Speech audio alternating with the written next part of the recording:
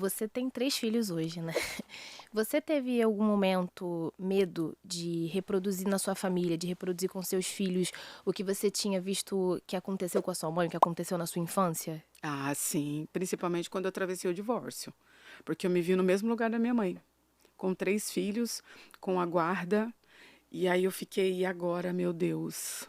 Teve vários momentos, porque eu estava em depressão, então teve vários momentos que eu tinha aquele ímpeto de querer morrer, como minha mãe fez comigo, com meus irmãos.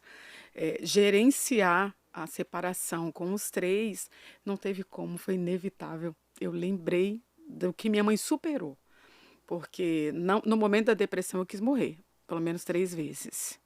Mas Deus me segurou e não deixou. E eles foram, de fato, o principal motivo para que eu pensasse bem.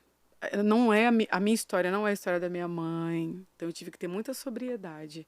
Minha mãe teve um outro momento, um outro acesso de conhecimento, acolhimento, tudo foi muito diferente. Então isso me ajudou a ponderar, mas foi desesperador por um tempo. Como que foram esses momentos? Você procurou ajuda de que forma?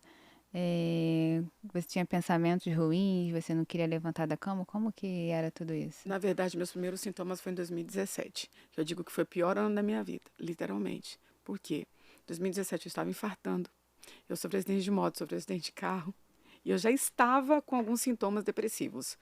Crise de pânico, de ansiedade. Mas até então, eu só correria.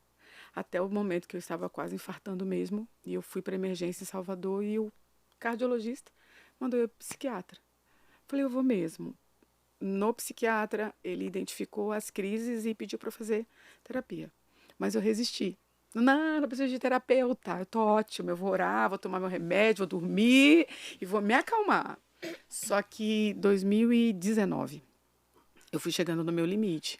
Aí veio a pandemia, que na verdade para mim foi uma porta aberta para me salvar, porque aí eu consegui voltar para dentro da minha casa com o ritmo que eu gosto, de tomar café da manhã como qualquer pessoa comum, almoçar, sofá, viver. Eu quase não tinha esse privilégio mais. E aí 2020 foi quando eu comecei a fazer terapia mesmo.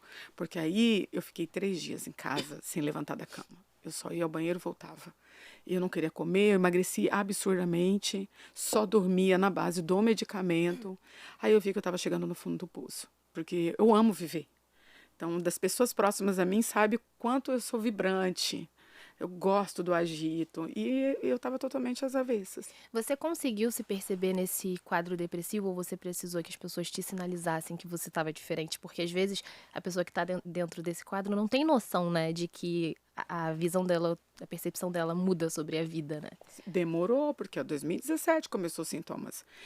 2020 foi que eu comecei a fazer terapia. Mas por quê? Porque eu fiquei 3 dias dentro do quarto deitada. E meus filhos de um lado para o outro. E eles estavam acostumados, mesmo quando eu não estava tão entusiasmada, eu estava perto. No terceiro dia eu falei, começou a ficha a cair. E uma das vezes que eu pensei em suicídio, que na verdade eu fui no ímpeto. Eu morava no 15º andar. E aí quando eu parei parece que eu fui até ali dormindo.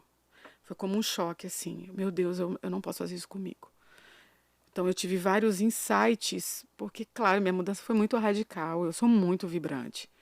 Só que o movimento dos meus filhos em casa e eu sem vida para brincar com eles, eu vou aceitar, eu vou fazer terapia.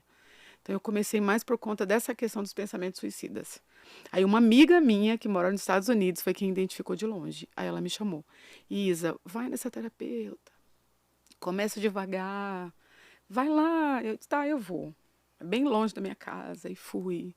E desde então não abro mão do processo de terapia. Minha alegria foi receber alta, entre aspas, porque o meu diagnóstico foi de estresse pós-traumático, que de fato só se identifica 2 anos depois praticamente que começa a ter os primeiros sintomas. E, e já não tomo mais medicamento para dormir, não tenho crises. Eu faço terapia porque terapia é vida, não é? Mas não como como foi no início. Eu acho muito importante, né, a gente sempre falar sobre isso aqui, porque ainda é um assunto que algumas pessoas têm muita resistência.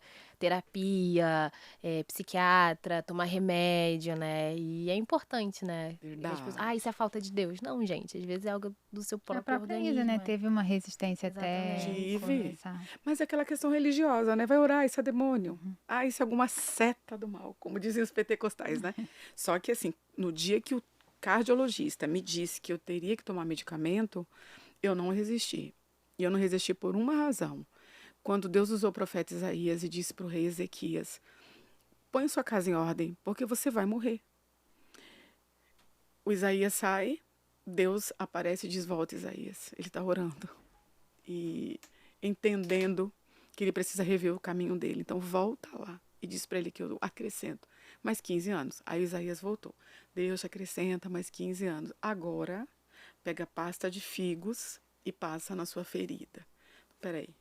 Deus liberou uma palavra de vida para ele e agora está dando uma receita. Passa uma pomada, medicamento, mas se liberou uma palavra de vida, cura tudo. Por que Deus não fez isso? Para nos dar a lição mesmo, de que, beleza, ele pode fazer um milagre, mas se ele deixou recursos, a gente precisa usar.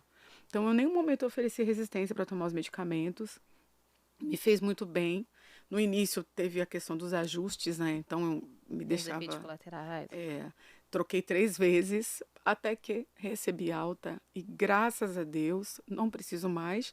Porém, quem está nos assistindo agora que repense esse conceito, porque eu ainda encontro pessoas, não, eu me recuso a tomar medicamento. Mas, gente, você está fazendo tratamento para um câncer, você tem que tomar.